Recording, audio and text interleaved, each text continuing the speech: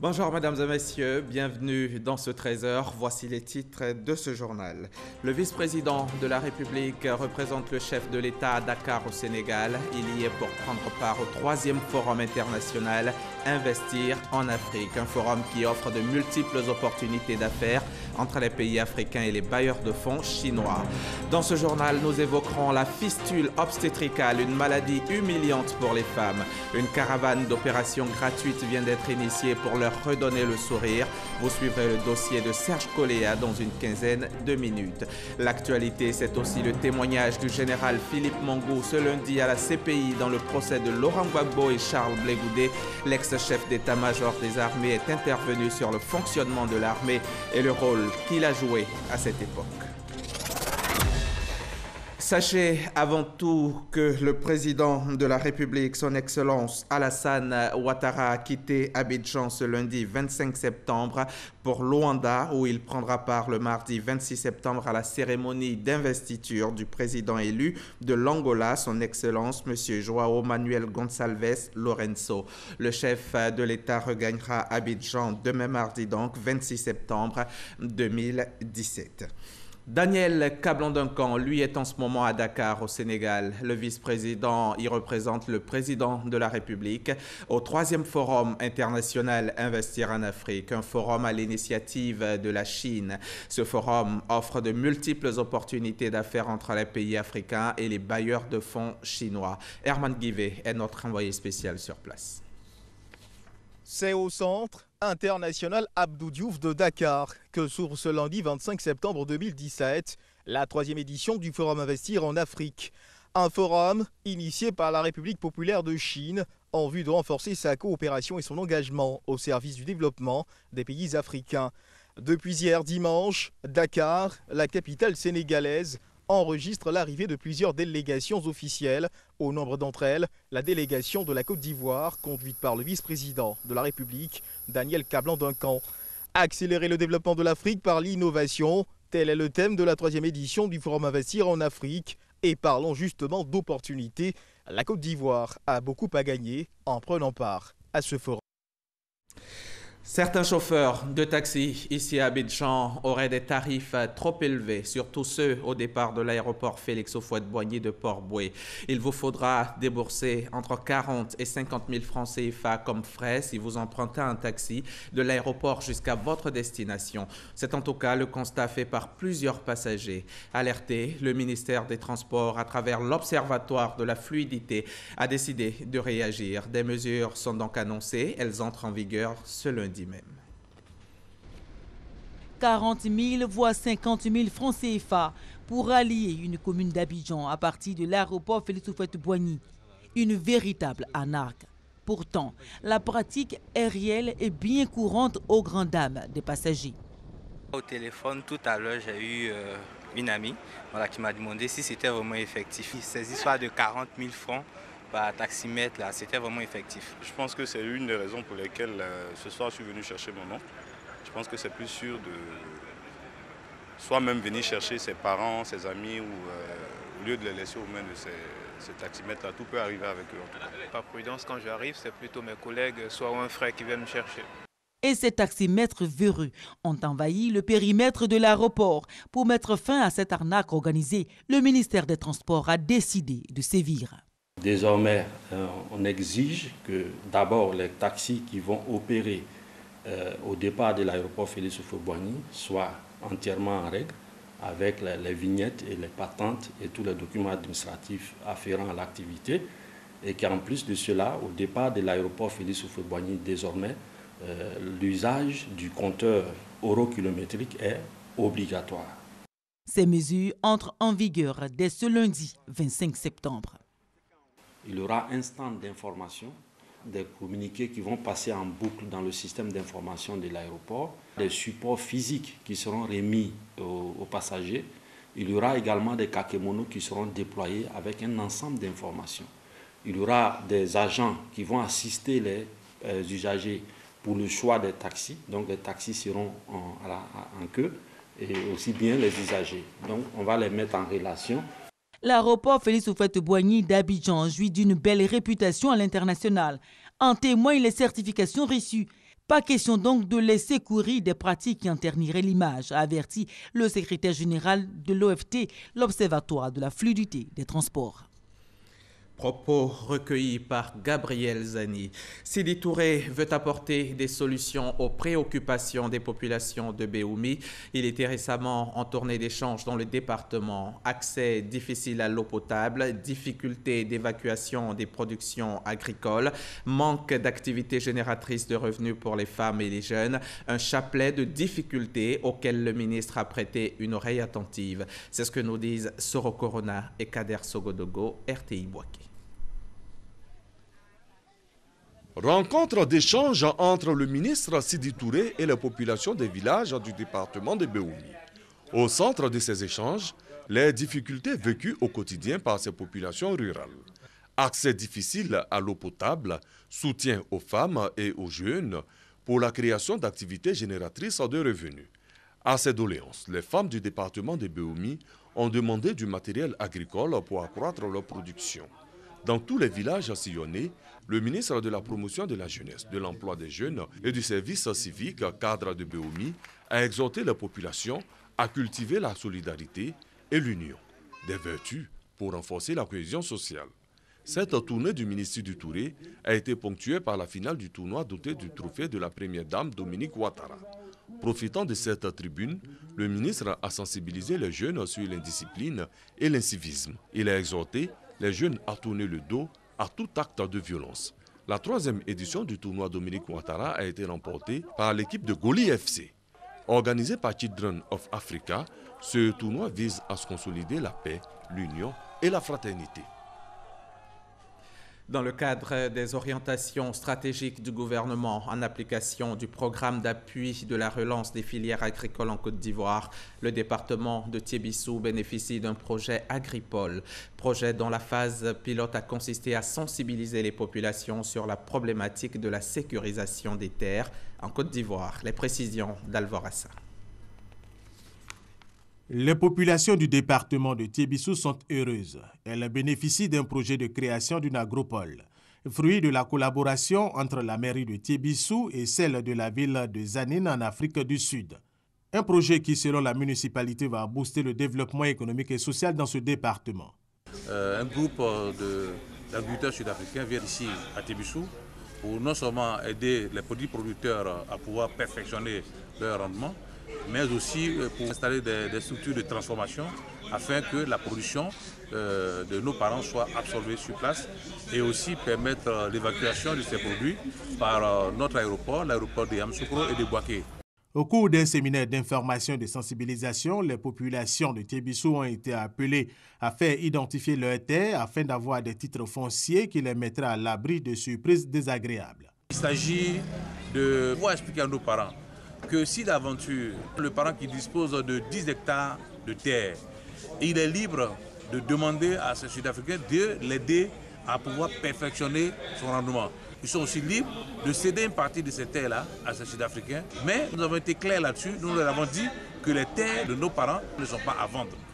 Ces terres peuvent être louées, mais pour en arriver là, nous avons indiqué qu'il faut que des documents fiables leur soient octroyés pour que des petits-enfants qui vont naître demain puissent en bénéficier. La mairie de Yamoussoukro a été associée à ce projet. Les cadres et élus du département de Tiébissou ont appelé à l'union et à l'entente pour la bonne marche de ce projet, tout en saluant les partenaires sud-africains pour leur contribution au développement de Tiébissou. Venons-en à présent à cette maladie humiliante, une maladie qui détruit la vie de nombreuses femmes en Afrique et particulièrement en Côte d'Ivoire. La fistule obstétricale. Celles qui en sont victimes n'arrivent pas à retenir leurs selles et urines. Résultat, elles sont rejetées, exclues de la société. Une caravane d'opérations gratuites vient d'être initiée pour redonner le sourire aux femmes qui en souffrent. Serge Collier.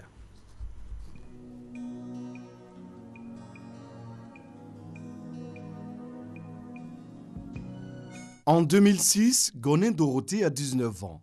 Elle réside à Boné dans la région du Tongui et porte une grossesse à terme.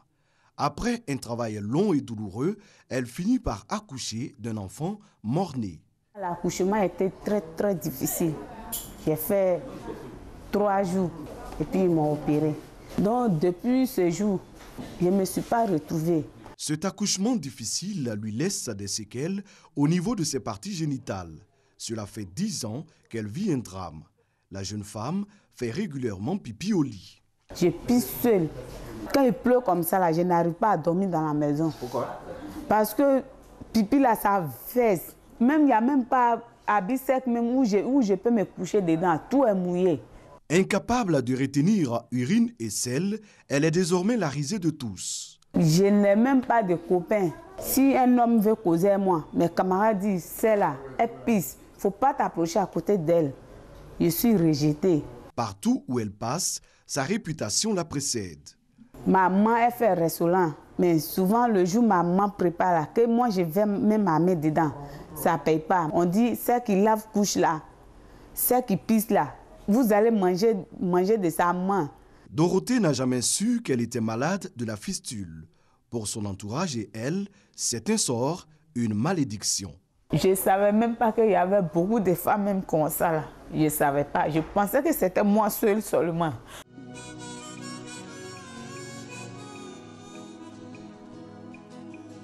Je prie Dieu pour que je gagne ma santé comme mes camarades. La fistule obstétricale, une maladie de la honte qui touche de nombreuses femmes, notamment en zone rurale, là où les femmes enceintes ne suivent généralement aucune consultation prénatale avant l'accouchement. La fistule obstétricale survient quand l'accouchement a duré, a traîné en longueur, quand la tête de l'enfant a coincé la vessie. Ainsi, après sa sortie, il va y avoir un trou qui va se créer. Il va y avoir des complications qui vont entraîner une communication anormale entre les voies urinaires et les voies génitales de la femme. À tel point que cette femme atteinte de fistules urogénitales va perdre sans se contrôler les urines ou les selles ou même les deux à la fois. L'excision, les grossesses précoces, les accouchements chez les matrones constituent d'autres causes de la fistule. Vraiment, nous préconisons que tous les accouchements se fassent en milieu spécialisé, dans un hôpital, afin qu'on évite cette maladie qui tue à petit feu, parce qu'il s'agit d'une véritable mort de ces femmes. Par le passé, le traitement coûtait environ 2 millions de francs CFA.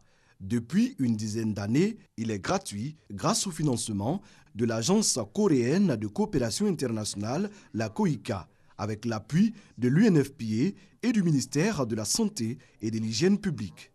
Avant, toutes ces femmes qui avaient ces fistules-là se cachaient. Elles préféraient se donner la mort. Elles préféraient se terrer.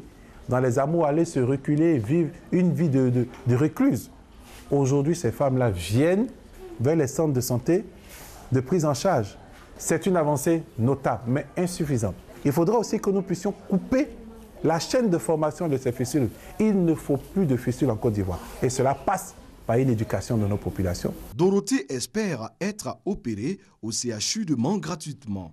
Comme elle, 24 autres femmes venues de divers horizons ont fui la honte et les humiliations vécues dans leur village pour bénéficier enfin d'une chance inespérée. On dit pas. On y va. Oui, ça va. Bien dormi. Odile, une ancienne malade, les soutient moralement.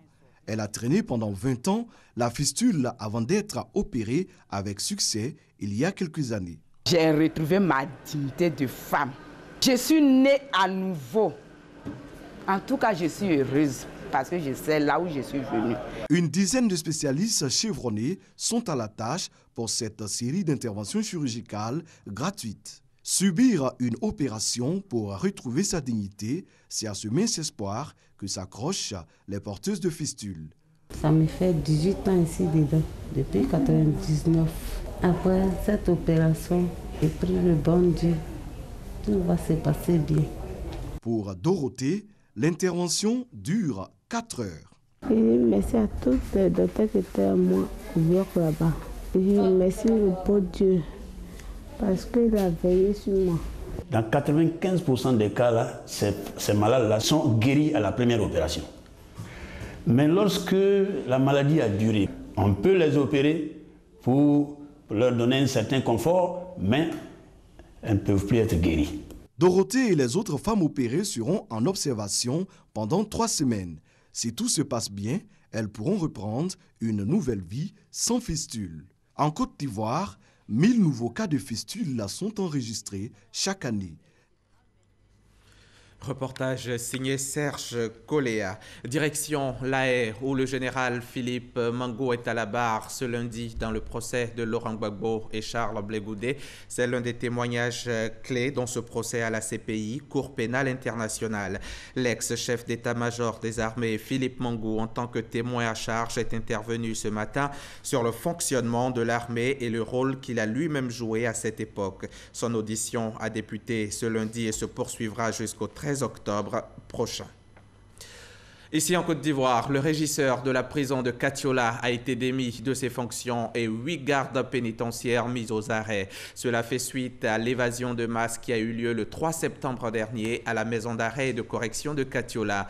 Le maire Thomas Camara vient d'effectuer une visite à la prison. Il demande également la collaboration des populations afin de mettre la main sur les 42 derniers évadés encore introuvables. Kader Sogodogo, RTI Boaké.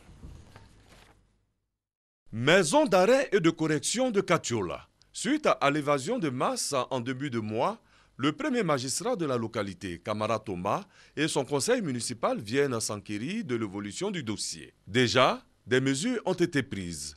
Le régisseur de la prison de Katiola est relevé de ses fonctions. 8 gardes pénitentiaires ont été mis aux arrêts et déférés à Boaké. Après une visite au nouveau régisseur et des échanges avec les prisonniers, le maire de la ville est optimiste.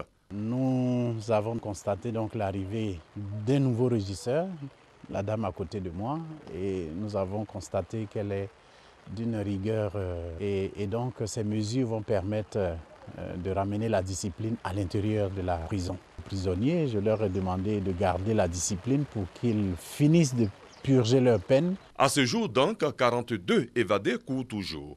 D'où cet appel aux populations pour une franche collaboration avec les autorités judiciaires. Je voudrais profiter de cette occasion pour lancer un appel à la population de signaler toute personne suspecte et leur demander également à la population de ramener les détenus qu'elle constaterait dans les quartiers, dans les habitations. Dans la ville, le corps préfectoral, les autorités municipales et les forces de l'ordre échangent régulièrement pour retrouver les fugitifs.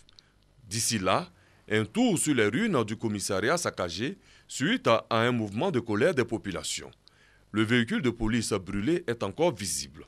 Le commissariat de Katiola, le seul de la région du Hambol, est entre-temps délocalisé au centre culturel où seul l'amour pour son pays et le sens du professionnalisme maintiennent les policiers sur place.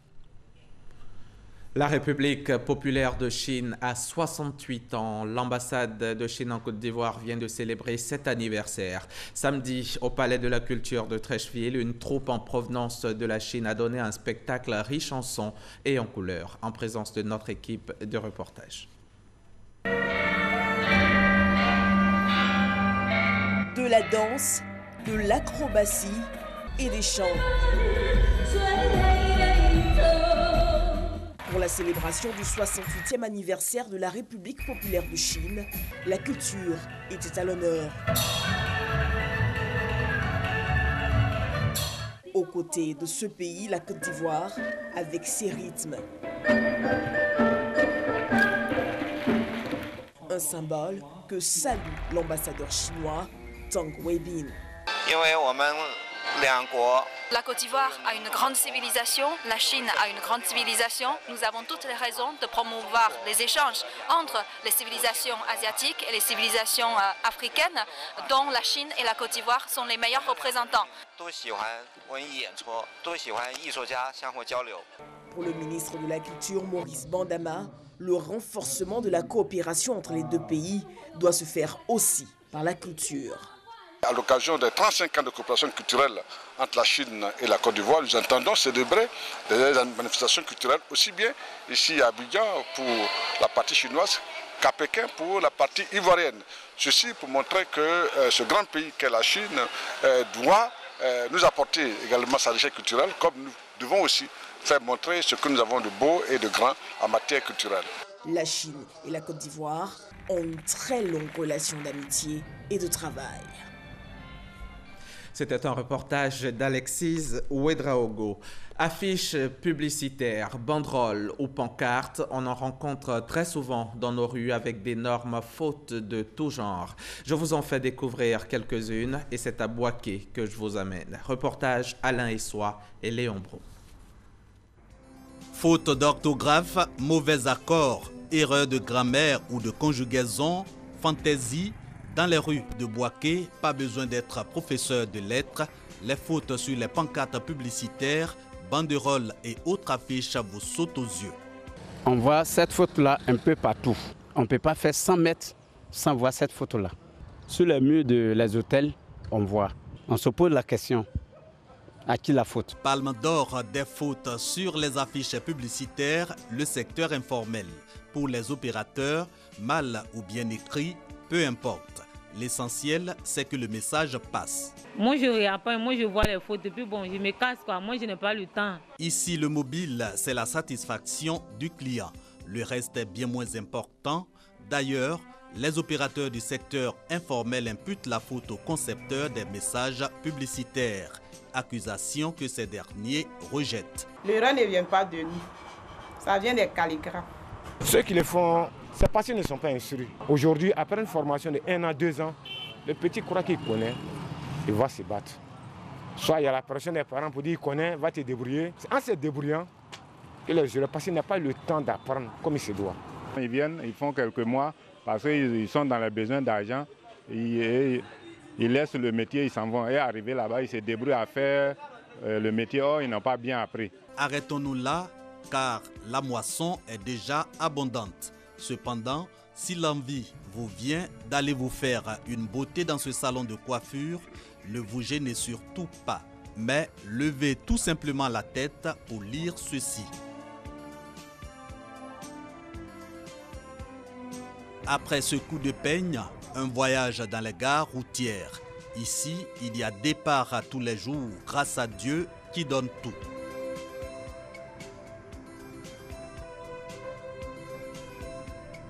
Le diagnostic posé semble donc clair. La langue de Molière est massacrée dans les rues de Bouaké sous le regard de tous.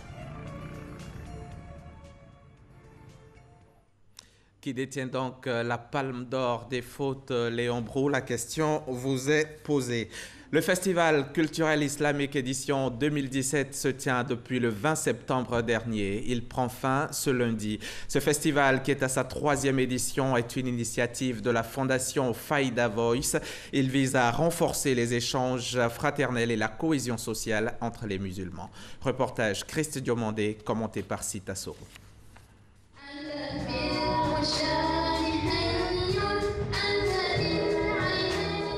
Des chants religieux, de la poésie aux couleurs de la culture musulmane.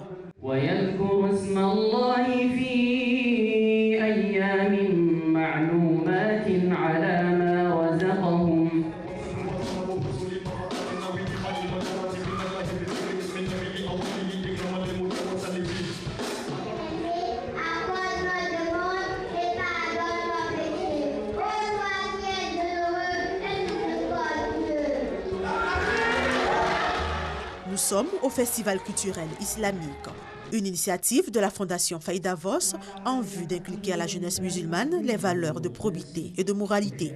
Faïda Voice est né pour être un coaching spirituel afin de donner un moyen spirituel à tous nos grands artistes, footballeurs, ceux qui sont dans la cuisine, de pouvoir jouir de leur art avec Dieu. Faïda Voice a pour but d'occuper sainement les jeunes lors des vacances, de les aider à lutter contre la stigmatisation et le radicalisme religieux. Plusieurs personnalités soutiennent ce festival qui vient promouvoir les valeurs de l'islam. Il faut bien entendu se réjouir de cette prise de conscience des intellectuels qui travaillent de façon inlassable pour promouvoir cette cohésion et cette culture partagée entre tous. Pour cette 3e édition, les jeux concours de chant, de théâtre et de peinture sont les grandes innovations de ce festival.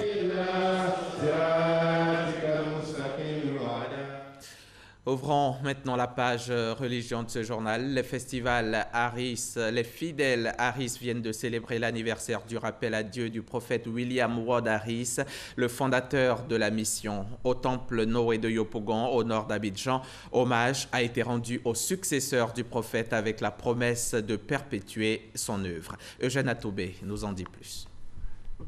13 supérieurs venus de diverses régions du pays. 9 prédicateurs de l'intérieur et d'Abidjan, 3 chorales.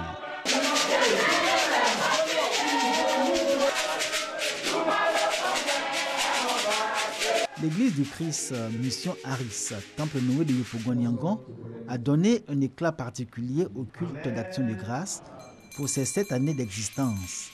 Cette année durant lesquelles les fidèles de cette église ont démontré leur acceptation de Jésus-Christ, sauveur du monde, à travers la pratique, la doctrine, les dogmes et les rites de l'église du Christ Mission Haris, toujours avec cette originalité, telle que l'a enseigné le prophète William Haris Wadé, fondateur de cette église. Quand le prophète est venu en Côte d'Ivoire, il nous a demandé à nos parents de prier 7 ans.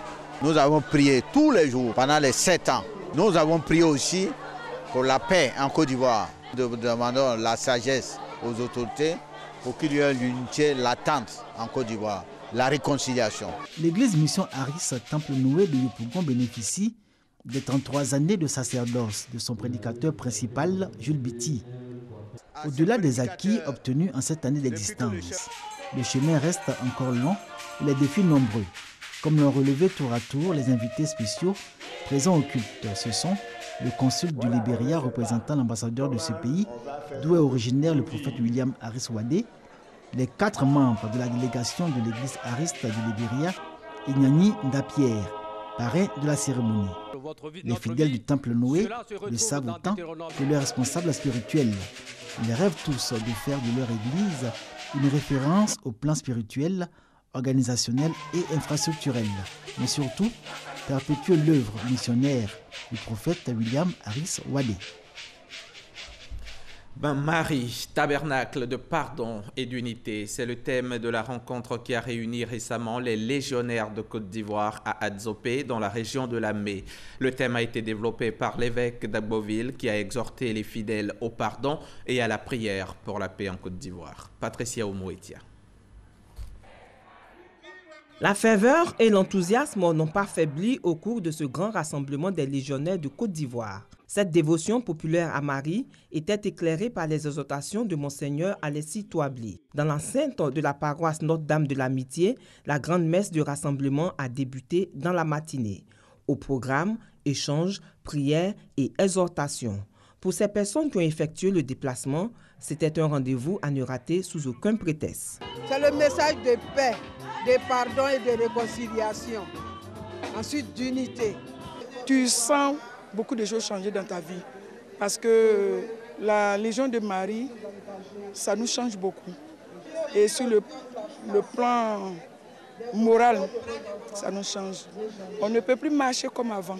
La Légion de Marie m'enseigne de telle sorte que je puisse vraiment pardonner facilement. L'enseignement de l'évêque d'Agboville sur le thème « Marie, tabernacle de pardon et d'unité » a été suivi dans cette ambiance où les objets de piété ont envahi les artères de la paroisse. Le message principal est de pardonner et de prier pour la paix en Côte d'Ivoire. L'Église marche avec Marie, cum Maria.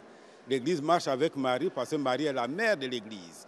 Donc c'est un événement ecclésial très important qui fortifie notre marche avec la Vierge Marie vers le Seigneur. Les chrétiens doivent se donner la main avec tous les frères des autres confessions religieuses pour bâtir cette Côte d'Ivoire nouvelle qui est appelée à être un modèle pour l'humanité. Les journées nationales mariales sont des rassemblements des légionnaires. Plusieurs convois ont fait le déplacement à Azopé. Ce grand rassemblement se tient chaque 2 ans dans une localité de la Côte d'Ivoire. Sénatoriale en France, la droite se renforce, Emmanuel Macron rate la marche. Le Sénat a joué son rôle, la Chambre haute a échappé à la vague macroniste qui avait submergé l'Assemblée nationale en juin dernier dans la foulée de l'élection d'Emmanuel Macron. Le scrutin de dimanche, au cours duquel les grands électeurs étaient appelés à renouveler la moitié des sièges du Sénat, s'est déroulé à rebours des dernières élections ou des mouvements d'opinion dans le pays. Selon les premiers résultats, le parti Les Républicains, avec 142 sénateurs sortants, est en route pour renforcer sa présence au Sénat. En Allemagne, ça passe, mais de justesse. Avec 33% des voix, le parti CDU d'Angela Merkel obtient son score le plus bas depuis l'après-guerre en 1949. La coalition CDU-CSU de la chancelière Angela Merkel est donc vainqueur des élections législatives en Allemagne. Quasiment assurée d'obtenir un 4e mandat à la tête du gouvernement allemand, Merkel devra faire alliance avec d'autres formations pour gouverner. C'est la fin de ce journal, mais avant de nous quitter, je vous rappelle que le président de la République, son Excellence Alassane Ouattara, a quitté Abidjan ce lundi 25 septembre 2017 pour Luanda, où il prendra part demain mardi à la cérémonie d'investiture du président élu de l'Angola, son Excellence M. João Manuel Gonçalves Lourenço. Le chef de l'État regagnera Abidjan demain mardi 26 septembre 2017. Voilà pour les principales informations de la journée. Merci d'avoir suivi ce journal. Restez avec nous si vous le voulez bien sur RTI.